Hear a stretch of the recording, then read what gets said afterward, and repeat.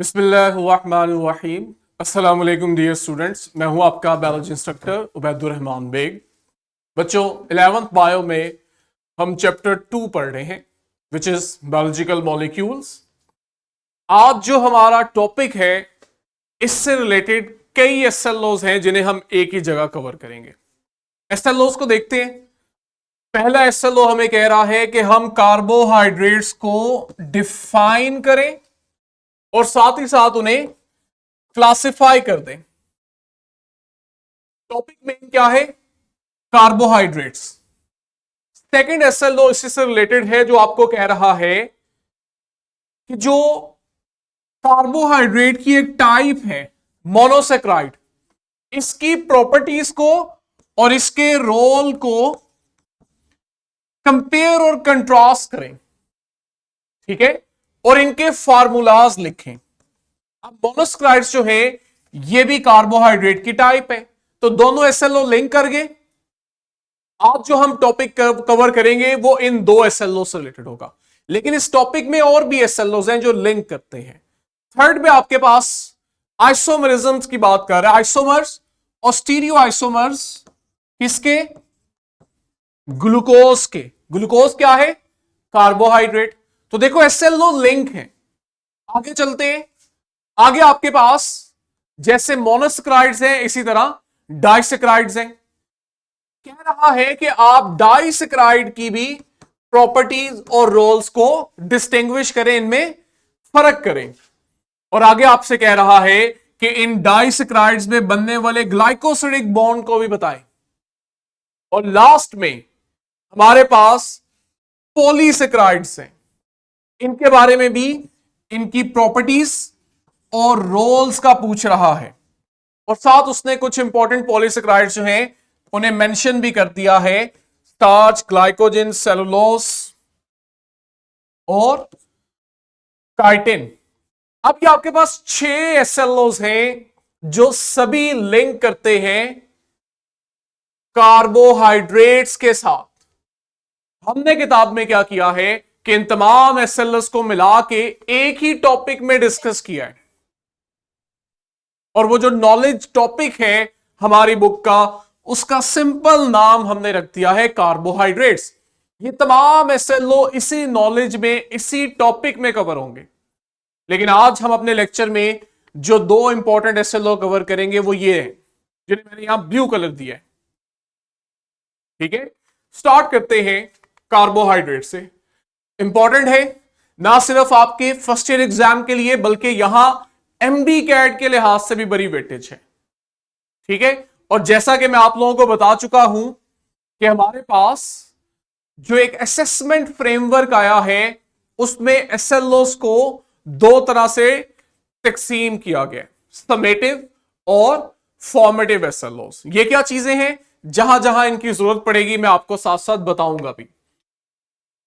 कहते हैं कार्बोहाइड्रेट्स जो है ना, ये पूरी दुनिया पे सबसे ज्यादा पाया जाने वाला बायोमोलिक्यूल्स हैं, यानी आप सिर्फ उन मॉलिक्यूल्स की बात कर रहे हो जो लिविंग ऑर्गेनिजम्स में होते हैं, उनमें सबसे ज्यादा कार्बोहाइड्रेट्स होते हैं।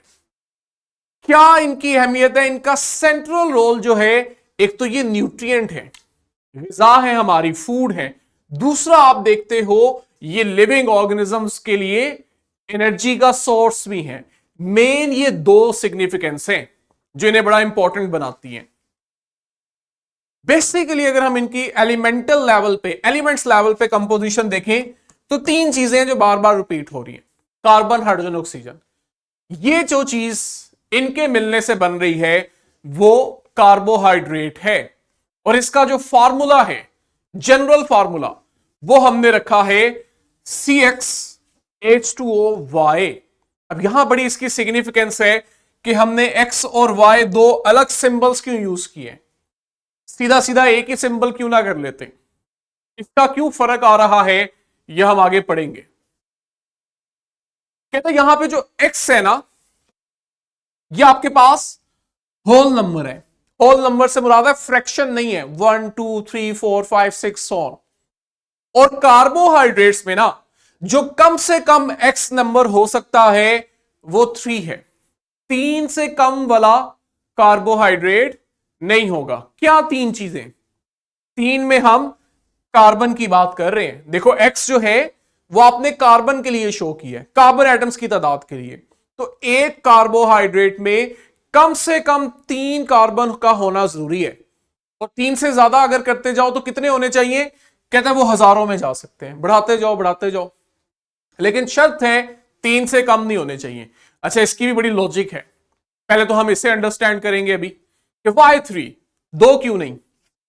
जब हम डेफिनेशन पढ़ेंगे तो आपको ये चीज अंडरस्टैंड करवाऊंगा। और दूसरी चीज मैंने बताई कि हम दोनों के लिए एक ही कोई सिंबल क्यों नहीं यूज कर देते एन। हम एक्स अलग से सी के लिए रिप्रेजेंट कर रहे हैं और H2O के लिए हम वाई अलग से रिप्रेजेंट कर रहे हैं। इन सब के पीछे लॉजिक है।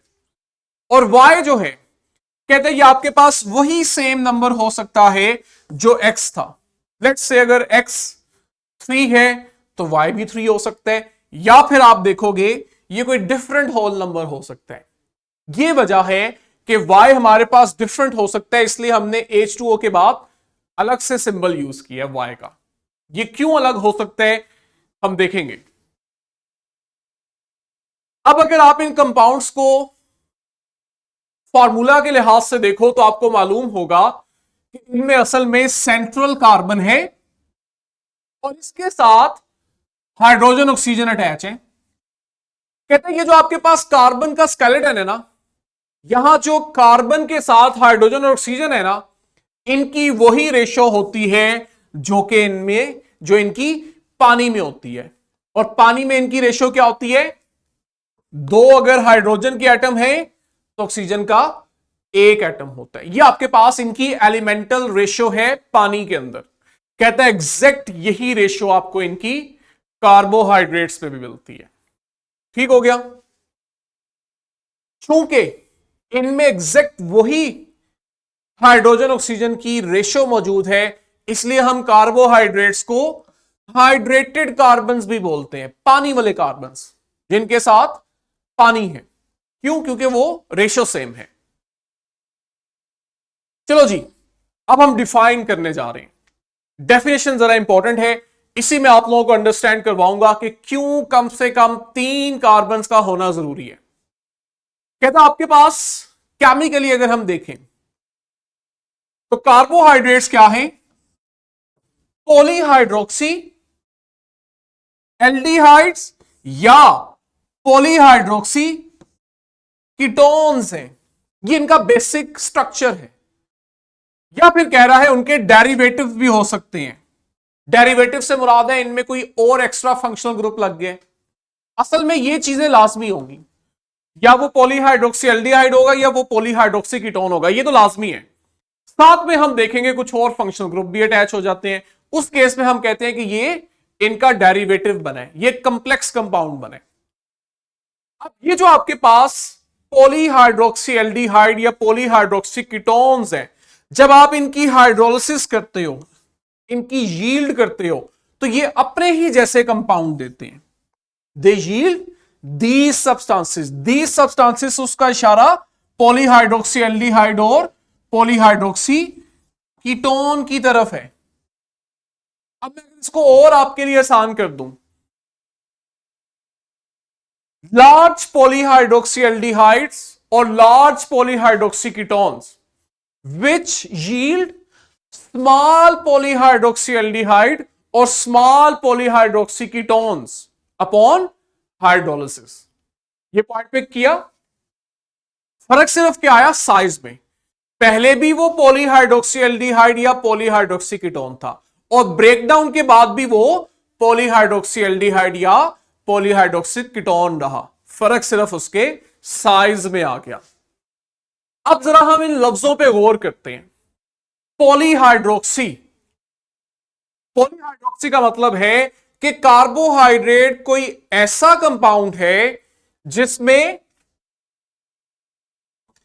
एक से ज्यादा OH ग्रुप है। ये बात समझ आती है कि अगर आपके पास किसी कंपाउंड में एक से ज्यादा OH होंगे तो वो पॉलीहाइड्रोक्सी होगा। ये तो पहली शर्त होगी। दूसरी शर्त कह रहा है ये जो OH ग्रुप है ना, इनके साथ आप देखोगे जो बड़ा इंपॉर्टेंट एक और ग्रुप होगा, या तो वो एल्डिहाइड होगा C double bond O single bond H, या फिर वो आपके पास कीटोन ग्रुप होगा। और कीटोन ग्रुप क्या होता है? Carbon double bond oxygen. यानी आपके पास कार्बोहाइड्रेट में जो कार्बन्स हैं उनमें से एक कार्बन के पास या एल्डिहाइड ग्रुप होगा C डबल बॉन्ड O और दूसरी तरफ सिंगल हाइड्रोजन, या फिर उस कार्बन के पास कीटो ग्रुप होगा, कीटोन ग्रुप होगा, और वो क्या है? Carbon double bond oxygen. बाकी जितने कार्बन है ना उनके साथ हाइड्रोक्सल अटैच होगा।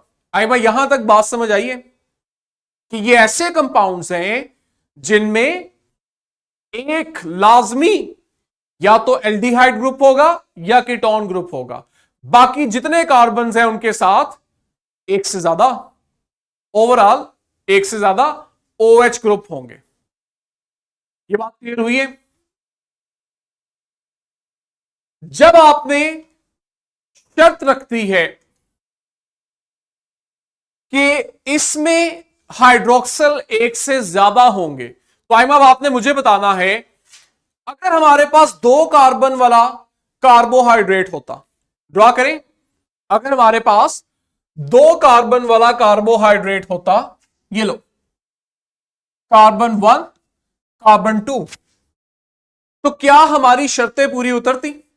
पहली शर्त क्या है कि आपके पास इसमें एक एल्डिहाइड ग्रुप होगा।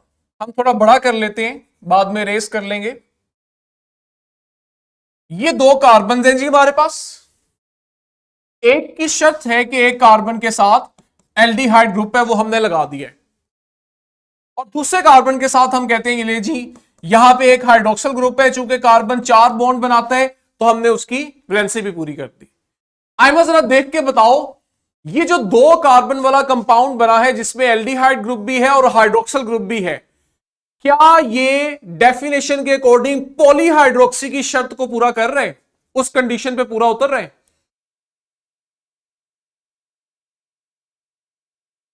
नहीं उतर रहा, क्योंकि पॉलीहाइड्रोक्सी हमें कहता है कि एक से ज्यादा हाइड्रोक्सल। अब अगर आपको सिंपलेस्ट कार्बोहाइड्रेट बनाना है जिसके पास एक से ज्यादा हाइड्रोक्सल ग्रुप हो, तो आप क्या करोगे? आप कम से कम 3 कार्बन वाला कंपाउंड लोगे और उसमें तीसरे कार्बन के साथ भी एक OH ग्रुप अटैच कर दोगे।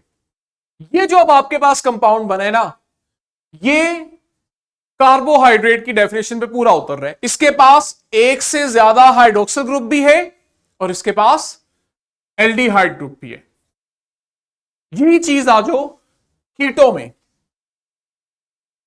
कीटो में आपके पास एक कार्बन को अगर आप डबल बॉन्ड ऑक्सीजन देते हो तो दूसरे कार्बन के साथ आप OH लगाते हो। अब ये जो कार्बन है इसके 3 बॉन्ड्स बने हैं, एक बॉन्ड इसका अभी भी रहता है। अब अगर मैं यहां पे चौथा बॉन्ड फिल करने के लिए हाइड्रोजन अटैच कर दूं तो क्या यही ग्रुप नहीं बन जाएगा? तो यहां तो दोनों शर्तें ही पूरी नहीं होंगी, ना तो इसके पास एक से ज्यादा हाइड्रोक्सल ग्रुप होगा और ना ही इसमें कीटो ग्रुप होगा। कीटो ग्रुप तब बनता है जब आपके पास वो कार्बन जिसके पास डबल बॉन्डेड ऑक्सीजन है उस कार्बन के दोनों साइड पे कार्बन ही हो, यानी ये जो फंक्शनल ग्रुप है ये चेन के अंदर आ रहा हो, इस तरह टर्मिनल पे ना आ रहा हो। तो जब आपने कीटो ग्रुप की शर्त पूरी करनी है तो 2 कार्बन से काम नहीं चलेगा, आपको 3 कार्बन लाने पड़ेंगे। और जैसे ही आप 3 कार्बन लाओगे तो बाकी के जो 2 कार्बन है उनमें से हर एक के साथ एक एक OH भी लगा दो तो आपकी डेफिनेशन की कंडीशन फुलफिल हो जाती है कि हमारे पास एक कीटो ग्रुप है और उसके साथ एक से ज्यादा हाइड्रोक्सल ग्रुप है। अब आप इसे कह सकते हो कि ये आपके पास पॉलीहाइड्रोक्सी कीटोन शुगर है और ये पॉलीहाइड्रोक्सी एल्डो शुगर है। अगर आप 3 कार्बन से तादाद कम करोगे तो पॉलीहाइड्रोक्सी वाली कंडीशन फुलफिल नहीं होगी और वो कंपाउंड कार्बोहाइड्रेट नहीं कहलाएगा। आइमा मुझे क्विक रिस्पॉन्स चाहिए, समझ आई? Yes sir. गुड। अब वहां कंडीशन क्या थी कि ये लार्ज मॉलिक्यूल्स हैं। अब फर्ज करो आपके पास यहां पे हजारों की तादाद में कार्बन है, उनके पास एक एल्डिहाइड ग्रुप है, एक कीटो ग्रुप है और बाकी सबके साथ OH लगा हुआ है। अब आप इसे कहीं से ब्रेक कर देते हो, हाइड्रोलिसिस करते हो। जब आप हाइड्रोलिसिस करके दो छोटे कंपाउंड बनाओगे तो बेसिकली वो तब भी पॉलीहाइड्रोक्सी एल्डिहाइड ही होंगे या पॉलीहाइड्रोक्सी कीटोन ही होंगे कि उनमें भी एक कीटोन या एल्डिहाइड ग्रुप मौजूद होगा और उसके साथ एक से ज्यादा हाइड्रोक्सिल ग्रुप मौजूद होंगे। तो ये वो डेफिनेशन है जो आपको स्टार्ट में समझाने की कोशिश की गई है कि कम से कम 3 कार्बन क्यों जरूरी हैं। ठीक है, और साथ ही हमने डेफिनेशन को भी अंडरस्टैंड किया।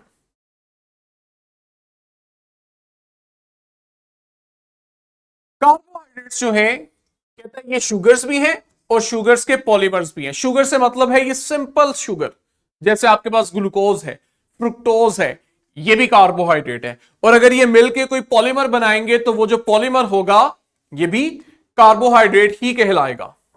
ठीक है, हमने कार्बोहाइड्रेट्स को 3 ग्रुप्स में क्लासिफाई कर दिया। याद है, पहले SL2 की 2 डिमांड्स थी, कार्बोहाइड्रेट्स को डिफाइन करें और उन्हें क्लासिफाई करें।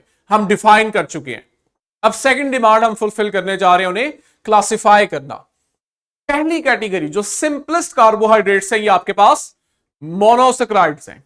दूसरी कैटेगरी जो मोनोसेक्राइड्स के मिलने से बन रही है वो डाइसेक्राइड्स हैं। नाम से पता लग रहा है इनमें 2 मोनोसेक्राइड्स होंगे, 2 मोनोसेक्राइड मिलके डाइसेक्राइड बनाएंगे। और अगर 2 से ज्यादा आपके पास मोनोसेक्राइड्स हैं तो वो मिलके पॉलीसेक्राइड्स बनाएंगे। पॉली मतलब मैनी। चलिए जी, सेकंड SL2 जो आज हम कवर कर रहे हैं उसमें कहा गया है कि ये जो पहली टाइप है मोनोसेक्राइड, इनकी प्रॉपर्टीज और रोल्स को डिस्क्राइब करें। आज के लेक्चर में कार्बोहाइड्रेट से रिलेटेड सेकंड SL2 को हम कवर करते हैं। मोनोसेक्राइड का जो लफ्ज है ना, ये ग्रीक टर्मिनोलॉजी से लिया गया है, जिसमें मोनो मतलब सिंगल और सेकर का मतलब होता है शुगर, सिंगल शुगर होगी। यानी ये सबसे सिंपलेस्ट कार्बोहाइड्रेट है, इसको मजीद नहीं आप तोड़ सकते हो, इससे मजीद छोटा नहीं हो सकता ये। और कार्बोहाइड्रेट चूंकि ये शुगर है तो ये आपके पास सिंपलेस्ट शुगर है। ठीक है, can not be hydrolysed, single sugar unit होगा। ठीक है, एक ही यूनिट है, एक ही मोनोमर है, जिसे आप मोनोसेक्राइड कह रहे हो, सिंपलेस्ट फॉर्म है। ये वो मोनोसेक्राइड है जो कि एक्चुअल में मोनोमर है। यही मोनोसेक्राइड्स बार बार रिपीट होंगे, मिलेंगे तो आपके पास ये बड़े कार्बोहाइड्रेट्स बनाएंगे, जिन्हें हम आगे पढ़ेंगे। अब आओ जरा, ये बड़ा इंपॉर्टेंट है। पीछे हमने फार्मूला लिखा है CxH2OY ओवरऑल तमाम कार्बोहाइड्रेट्स के लिए, लेकिन मैंने मोनोसेक्राइड्स के लिए ना इस फार्मूले को सिंप्लीफाई कर दिया। वो X और Y वाला काम नहीं मैंने किया, मैंने सिंपली एक ही सिंबल ले लिया है N, और CH2O के बाहर एक ब्रैकेट, कंप्लीट कंबाइंड ब्रैकेट के बाहर N लिख दिया कि N का जो नंबर है वो सेम नंबर कार्बन के साथ भी मल्टीप्लाई होगा, ऑक्सीजन के साथ भी और हाइड्रोजन के साथ भी। अभी हम पीछे पढ़ के आए हैं कि ये ऐसे मॉलिक्यूल्स होते हैं जिनमें हाइड्रोजन और ऑक्सीजन की रेशियो वही होती है जो पानी में होती है। यानी अगर एक ऑक्सीजन है तो उसके साथ 2 हाइड्रोजन है, 2 ऑक्सीजन है तो 4 हाइड्रोजन है। इसलिए जब मैंने फॉर्मूला सिंप्लीफाई किया तो मैंने हाइड्रोजन के साथ 2 पहले ही लिख दिया। लेकिन ये फॉर्मूला जो है ये मैं आगे यूज नहीं कर सकता डाइसेक्राइड या पॉलीसेक्राइड, उसके लिए मुझे वापस वो पहले वाले फार्मूले की तरफ आना है। ठीक है, अब जैसे हमने पीछे कंडीशन देखी कि कार्बोहाइड्रेट्स में कम से कम 3 कार्बन और ज्यादा से ज्यादा आप हजारों में कर लो, इसी तरह मोनोसेक्राइड में भी कंडीशन है। यहां पे आपके पास 3 से लेकर 7 कार्बन हो सकते हैं। ठीक है, ये जो सबसे सिंपलेस्ट कार्बोहाइड्रेट्स हैं जिन्हें आप मोनोसेक्राइड कह रहे हो, इनमें आप देखोगे कम से कम 3 कार्बन वाला मोनोसेक्राइड होगा या मैक्सिमम आपके पास 7 कार्बन वाला मोनोसेक्राइड हो सकता है। ठीक है, और इनके अंदर वही कंडीशन है कि यहां पे जितने भी कार्बन है ना, 3 4 5 6 7, सभी के साथ हाइड्रोक्सिल ग्रुप होगा, तभी तो वो पॉलीहाइड्रोक्सी बनेगा, सिवाय एक कार्बन के। और वो जो एक कार्बन है, ये ऑल बट वन, उसके साथ हाइड्रोक्सिल ग्रुप नहीं होगा, क्योंकि असल में अभी हम पीछे एग्जांपल से समझ के आए हैं कि उस कार्बन के साथ या तो एल्डिहाइड ग्रुप होता है या फिर कीटो ग्रुप होता है। ठीक है, तमाम कार्बन जो हैं उनके साथ OH लगा होगा, या फिर आप देखोगे कि जो एक कार्बन है उनमें एल्डिहाइड ग्रुप या कीटो ग्रुप होगा, तभी तो आपकी डेफिनेशन की कंडीशन पूरी होगी, पॉलीहाइड्रोक्सी भी है और साथ ही साथ एल्डिहाइड या कीटोन भी है। क्लियर है? अब मोनोसैकराइड्स में 3 से 7 कार्बन हो सकते हैं, तो इसलिए इनकी क्लासिफिकेशन भी है। अच्छा, ये जो ग्रुप्स हैं, अगर तो मोनोसैकराइड के पास एल्डिहाइड ग्रुप होगा तो इस शुगर को आप एल्डोस शुगर का नाम दोगे, प्लूरल यहां लिखा हुआ है एल्डोसिस। एल्डोसिस क्या है? Aldo sugars. एल्डो शुगर क्या होती है? जिनमें एल्डिहाइड ग्रुप होता है, और अगर इनमें कीटोन ग्रुप हो तो हम इन्हें कीटो शुगर या कीटोसिस भी बोलते हैं। कार्बन नंबर के लिहाज से हमने इन्हें क्लासिफाई भी किया है। अगर तो 3 कार्बन वाला मोनोसैकराइड है तो उससे आप ट्राइओस बोलोगे, 4 वाले को टेट्रोस, 5 वाला पेंटोस, 6 वाला हेक्सोस और 7 वाला हेप्टोस। सिंपल है, आप केमिस्ट्री में भी ये टर्मिनोलॉजी पढ़ते हो, इसलिए इन्हें याद करना आपके लिए कोई मुश्किल नहीं है। ठीक है, depending upon the number of carbon atom they possess, यानी कि कितने कार्बन है उस लिहाज से हमने इन्हें क्लासिफाई कर लिया है। अब हमने 3 से ऑनवर्ड स्पेशली 6 तक हम इनकी एग्जाम्पल देखेंगे। ये एग्जाम्पल्स इंपॉर्टेंट है। ठीक है, आपसे वो एक SLO में इनके फार्मूलाज भी पूछ रहे हैं, तो इसलिए हमें यहां पे इन्हें समझना है। आपने कार्बन नंबर्स और वहां पे मौजूद फंक्शनल ग्रुप को आइडेंटिफाई करना है। ठीक है, आपकी आसानी के लिए मैं ये चीज रिवाइज करूंगा कि जो एल्डिहाइड ग्रुप होता है ये चेन के हमेशा एक एंड पे होता है, टर्मिनल पे होता है, बिटवीन चेन नहीं होता। ये आपने इसकी निशानी याद रखनी है। और जो आपके पास कीटो ग्रुप होता है ये हमेशा चेन के अंदर आता है। इस कार्बन के जिसके अंदर कीटो ग्रुप है, इसकी दोनों साइड पे कार्बन ही अटैच होते हैं। जबकि आप एल्डो वाले कार्बन को देखें तो इसकी एक साइड पे कार्बन है, दूसरी साइड पे कार्बन नहीं है। 3 कार्बन वाले शुगर्स हैं, एल्डिहाइड वाला है तो आपके पास एल्डो शुगर है। ये जो 3 कार्बन वाला एल्डो शुगर है इसका साइंटिफिक नेम होता है ग्लिसरल्डिहाइड। अब अगर थोड़ा सा याद करो, ये आपने ग्लूकोज की ब्रेकडाउन में पढ़ा हुआ है 9th क्लास के अंदर। ठीक है, हम आगे दोबारा पढ़ेंगे। अगर तो 3 कार्बन वाला कीटो शुगर है तो इसे आप डाईहाइड्रोक्सी एसीटोन बोलते हो। ये भी ग्लूकोज की ब्रेकडाउन के दौरान ही बनते हैं। तो आपने क्या चीज याद रखनी है? इनमें नंबर ऑफ कार्बन एटम और इनका साइंटिफिक नेम, और तीसरा इनकी सिग्निफिकेंस क्या है, कहां पाए जा रहे हैं, क्या सिग्निफिकेंस है इनकी। ठीक है, और ये देखो ये सिंपल सा उन्होंने फार्मूला लिख दिया है, वो जो हमने अभी यूज किया था CH2O ब्रैकेट N। अब जरा देखो, अगर आप N को 3 रखो तो आपके पास C3H6 और O3 वाले कंपाउंड्स बनेंगे। ये दोनों यही हैं, चाहे आप इसे काउंट कर लेना अपनी तसल्ली के लिए। अगला आपके पास 4 कार्बन वाले टेट्रोज हैं। अगर तो ये एल्डो शुगर है 4 कार्बन वाली, तो इसे आप बोलते हो एरिथ्रोज। एरिथ्रोज जो है ये आपके पास एक मेटाबॉलिक पाथवे होता है, पेंटोज फॉस्फेट पाथवे, वहां पाया जाता है। ठीक है, नाम याद रखना है। अगर तो आपके पास कीटो शुगर वाला 4 कार्बन वाला कार्बोहाइड्रेट है तो आप इसे एरिथ्रोलोज बोलते हो।